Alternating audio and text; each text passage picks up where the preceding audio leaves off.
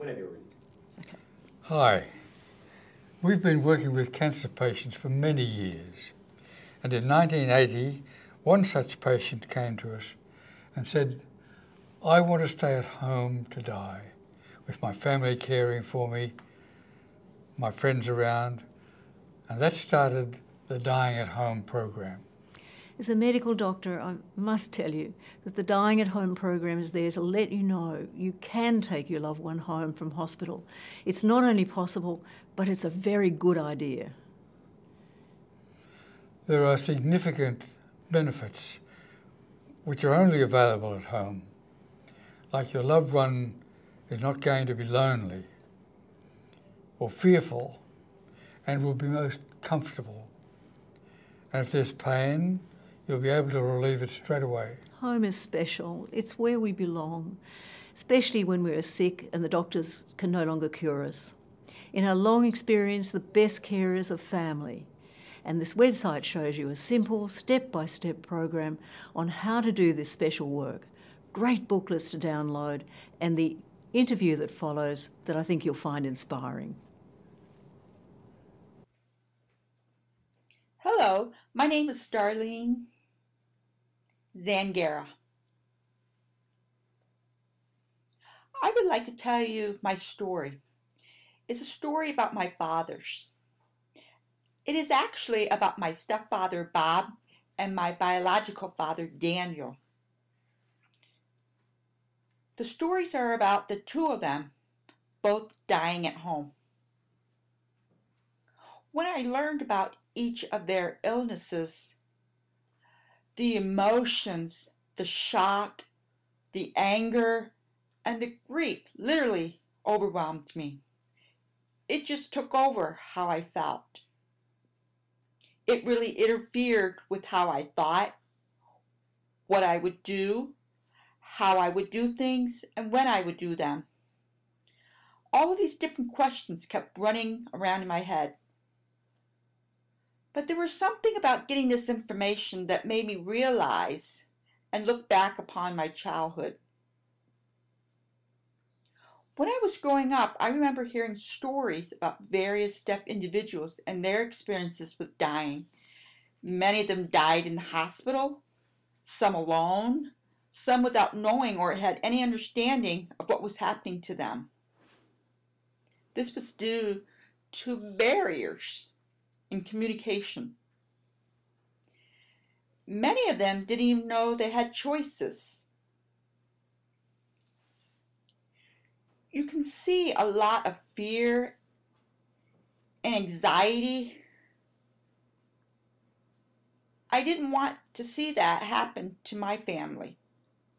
My family had to come together to focus on my stepfather and my father, to figure out what they each needed, what they each wanted, and how to help them get through the process of dying, how to empower them so they can make those final decisions about different things themselves. We needed to support them as a family. You see, my family is all deaf. We're extremely close-knit, strongly influenced by culture with a unique common bond. But we also communicate through the use of American Sign Language, ASL. So communicating with other deaf people is easy.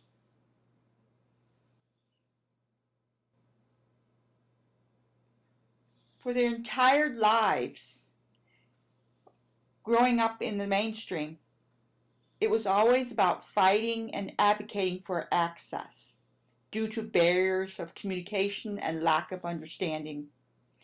If we wanted to get services, we had to fight for access. If we didn't understand, we had to fight for an interpreter. All throughout our lives, it's about fighting and advocating for access. Knowing that both of them would soon die, the idea of them having to fight to understand and to get that communication was unthinkable. Home is a safe haven. Home is where we have our peace and comfort, where there's ease of communication. There's familiarity, how we do things that make us feel safe. We touch a lot, we hug, we tap to get one attention, and touch for comfort.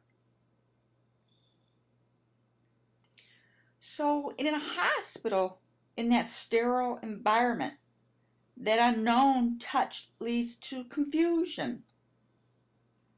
I wanted to eliminate that confusion and fear. We needed that total comfort and ease of interaction surrounded by family. You know how home has that familiar sense, the smell, the feel, touch, and tastes. We're in the living room, there's a couch, chair, and TV. It's a place where you feel safe. That's what my stepfather and father wanted. They wanted to feel safe and comfortable. Death would not be easy at all. It was scary. But to help the process that they would be with their loved ones who showed their love.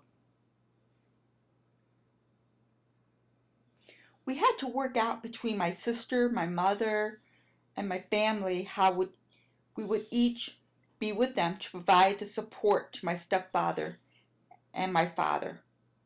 They were still alive and would be until they slowly began to let go of this world. We needed to ensure the process of letting go would feel safe. My stepfather, Bob Stremmel, was diagnosed with liver cancer when approximately 20 days later he took his last breath on March 11, 2001. My father, Daniel Gans, was diagnosed with pancreatic cancer. And oddly enough, about 21 days later, he took his final breath on April 13, 2008. I feel very honored to be with each of them as they died at home and took their last breath. There's no greater gift to be there supporting them and experiencing them at their final breath. For this reason, it's critically important to share this information with deaf people everywhere, so they know and understand they do have a choice to die at home, with family, with the support, and with dignity.